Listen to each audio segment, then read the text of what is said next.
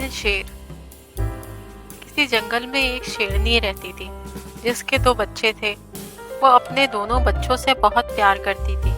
جب تک بچے چھوٹے تھے تب تک شیرنی روزانہ انہیں دوسرے جانوروں کا شکار کر کے لاتی اور خوب پیٹ بھر کر انہیں کھلاتی۔ پر جب بچے تھوڑے بڑے ہوئے تو اس نے انہیں بھی شکار پر لے جانا چاہا تاکہ انہیں بھی شکار کرنا آئے۔ بڑا بچہ فوراً تیار ہو گیا، لیکن چھوٹا کہنے لگا میری طبیعت ٹھیک نہیں ہے، کچھ دنوں بعد چلوں گا، آج نہیں کل وغیرہ جیسے بہانے بنانے لگا۔ بڑا بچہ ماں کے ساتھ شکار پر جانے لگا۔ کچھ دن اور بیت گئے پر چھوٹا بچہ اب بھی شکار پر جانے کے لیے راضی نہ ہوا۔ دراصل وہ بہت کاہل تھا۔ وہ سوچتا تھا کہ جب بیٹھے بٹھائے کھانے کو مل جاتا ہے تو میں محنت کیوں کروں۔ شیرنی اس کو بہت سمجھاتی کہ وہ شیر کا بچہ ہے، اسے اپنی خوراک حاصل کرنے کے لیے جدوجہد کرنا ہوگی ورنہ سستی اس کی عادت بن جائے گی۔ چھوٹا بچہ اپنی ماں کی نصیحت کو ایک کان سے سن کر دوسرے کان سے نکال دیتا۔ وقت تیزی سے گزرتا گیا اور دیکھتے ہی دیکھتے شیرنی کے دونوں بچے بڑے ہو گئے۔ بڑا بچہ بہت پھرتیلا اور چست تھا، اس کے برعکس چھوٹا بچہ سست اور نکما ہی رہا۔ وہ اپنی ماں اور بڑے بھائی کے ٹکڑوں پر پل رہا تھا۔ ایک دن جنگل میں شکاری آیا اور اس نے شیرنی کو اپنی گولی کا نشانہ بنا دیا۔ بڑے بچے نے اس شکاری سے بدلہ لینے کی ٹھانی، مگر شکاری جنگل میں غائب ہو چکا تھا۔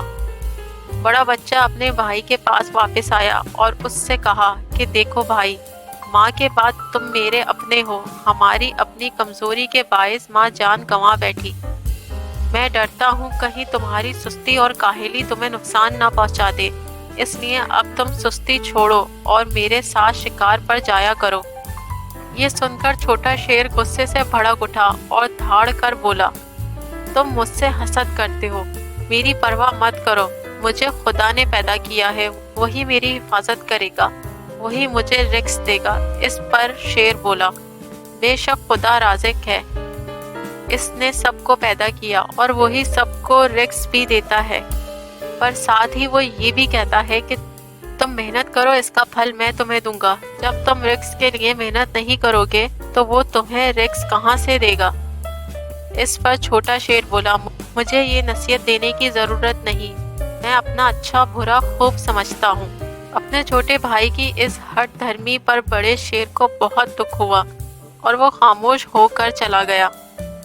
دن گزرتے چلے گئے، جب بھی وہ شکار کرتا اس کا حصہ اس تک پہنچا دیتا اور وہ بے حیائی کا لباس پہن کر اسے خوب مزے سے کھاتا۔ کچھ دن بعد بڑے شیر کی بیوی بچے ہو گئے، اسے اپنے بیوی بچوں کو بھی کھلانا پڑتا تھا اور اپنے چھوٹے بھائی کو بھی پالنا پڑتا تھا۔ چنانچہ کبھی کبھی اس کے ننھے ننھے بچے بھوکے رہ جاتے۔ بچوں کو بھوک سے تڑپتا دیکھ کر رفتہ رفتہ بڑے شیر نے اپنے چھوٹے بھائی کی بری عادتوں سے تنگ آ کر اس کو اس کے حال پر چھوڑ دیا۔ اب چھوٹا شیر بھوکا رہنے لگا، وہ کھا کھا کر سست ہو گیا تھا، شکار کی اس میں ہمت نہ تھی۔ چھوٹے موٹے خرگوش، گیدڑ اور لومڑی جیسے جانور گزرتے تو وہ انہیں ہڑپ کر جاتا، پھر بھی اس کا پیٹ نہیں بھرتا تھا۔ آہستہ آہستہ وہ کمزور ہوتا گیا۔ ایک دن بھوکا چوہا اس شیر کے پاس سے گزرا، اس نے شیر کو مردہ سمجھا اور اس کے کان کتر کتر کر کھانے لگا۔ پیٹ بھر کر چوہا خوشی سے اپنے ساتھیوں کے پاس گیا اور انہیں خوشخبری سنائی۔ وہ سب بھی اس شیر پر چڑھ گئے اور من چاہے حصے سے گوشت نوچ نوچ کر کھانے لگے۔ اس طرح یہ کمزور اور چھوٹی سی جنگل کی مخلوق جنگل کے بادشاہ کو عبرت ناک انجام تک لے گئی۔ سچ ہے، کاہل کا حشر ہمیشہ برا دعا کا اثر۔ تحریر بائے محمد علی۔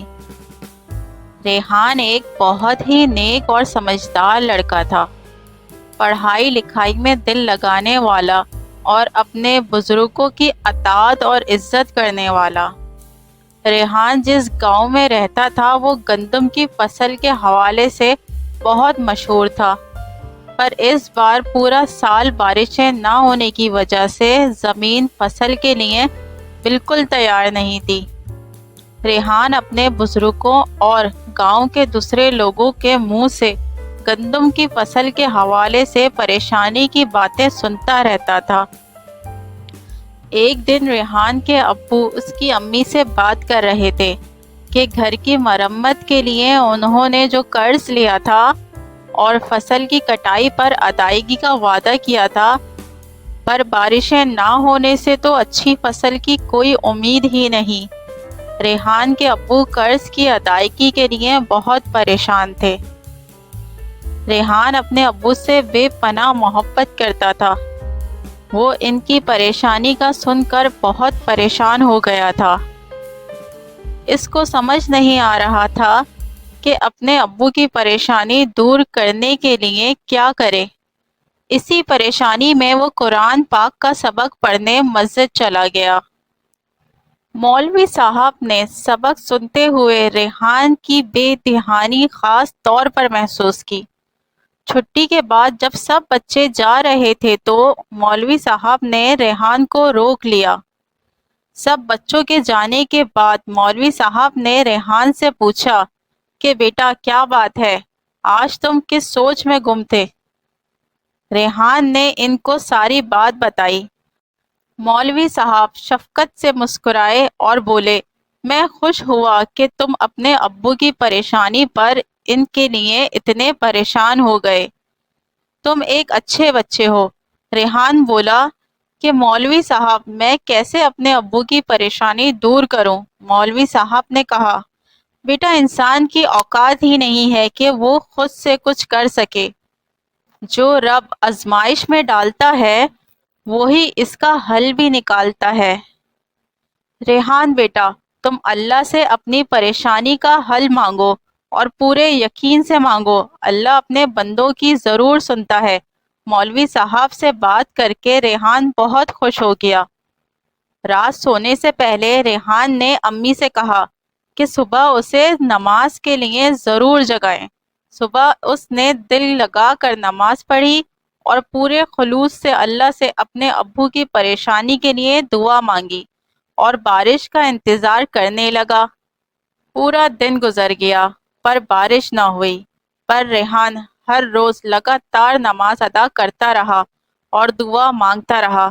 کافی دن گزر گئے تو ریحان ایک بار پھر مولوی صاحب کے سامنے اپنی پریشانی لے کر گیا۔ مولوی صاحب بولے، ریحان بیٹا اپنا یقین ٹوٹنے مت دینا۔ بعض اوقات اللہ کو اپنے بندوں کا مانگنے کا انداز اتنا پسند آتا ہے کہ اللہ چاہتا ہے کہ میرا بندہ بار بار مانگے۔ اگلی صبح ریحان پھر پورے دل سے نماز کے لیے کھڑا ہوا اور نماز کے بعد دعا کے لیے ہاتھ اٹھائے۔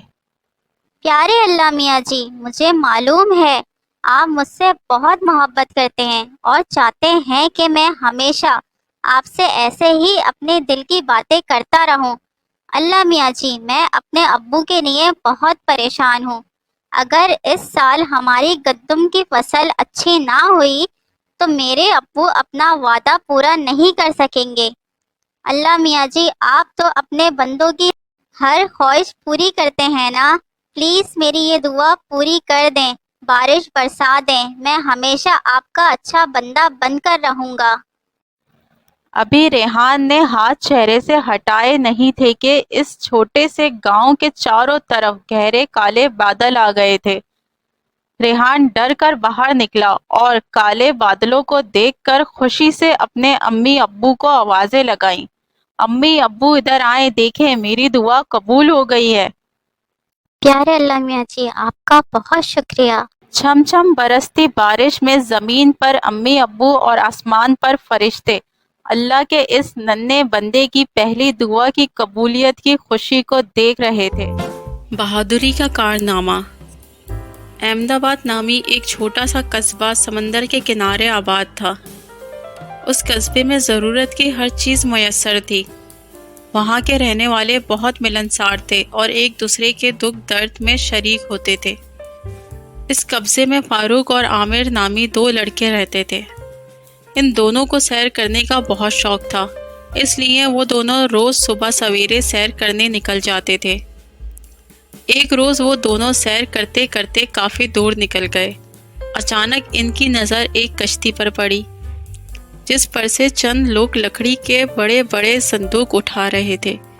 وہ لوگ مشکوک لگ رہے تھے اور بہت دھیمی آواز میں باتیں کر رہے تھے۔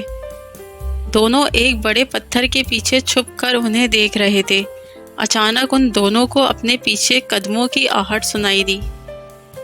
دونوں نے پیچھے مڑ کر دیکھا تو ان کا دل دہل گیا۔ ایک آدمی ان پر پستول تانے کھڑا تھا۔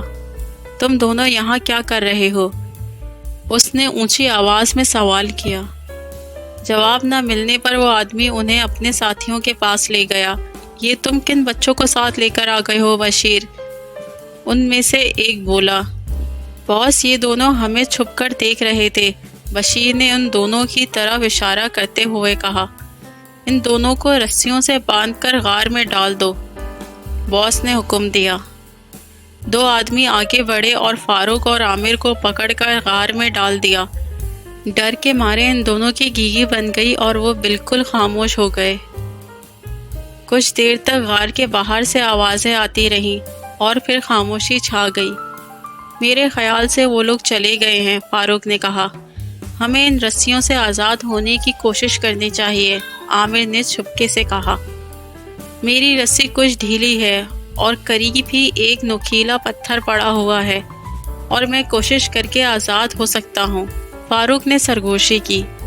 پھر وہ کوشش کرنے لگا اور تقریباً 20 سے 25 منٹ کی کوشش کے بعد وہ اپنے ہاتھ آزاد کرنے میں کامیاب ہو گیا۔ اس نے جلدی جلدی عامر کو کھولا اور پوری قوت کے ساتھ اپنے قصبے کی طرف دوڑ لگا دی۔ جب قصبے کے قریب پہنچے تو دوپہر کا وقت ہو رہا تھا۔ وہ سیدھا پولیس اسٹیشن گئے اور وہاں موجود انسپکٹر جمال کو ساری بات بتا دی۔ انسپکٹر جمال اپنے سپاہیوں کو لے کر فوراً روانہ ہو گئے۔ جب انہوں نے غار پر چھاپا مارا تو انہیں اندر سے 10 صندوق برآمد ہوئے۔ یہ صندوق سونے سے بھرے ہوئے تھے۔ یہ سونا پڑوسی ملک سے اسمگل ہو کر آیا تھا اور بہت زیادہ مالیت کا تھا۔ انسپکٹر جمال نے وہ سارا سونا ضبط کر لیا اور کمشنر کے حوالے کر دیا۔ کمشنر نے ان دونوں لڑکوں کو ان کی بہادری پر 50,000 ہزار روپے انعام دیے اور انہیں شاباشی دی اور ان کا شکریہ بھی ادا کیا۔ پیارے بچوں، امید ہے آج کی کہانی آپ سب کو بے حد پسند آئی ہوگی۔ ہمارے ساتھ جڑے رہنے کا شکریہ۔ ملتے ہیں اب ایک نئی کہانی کے ساتھ۔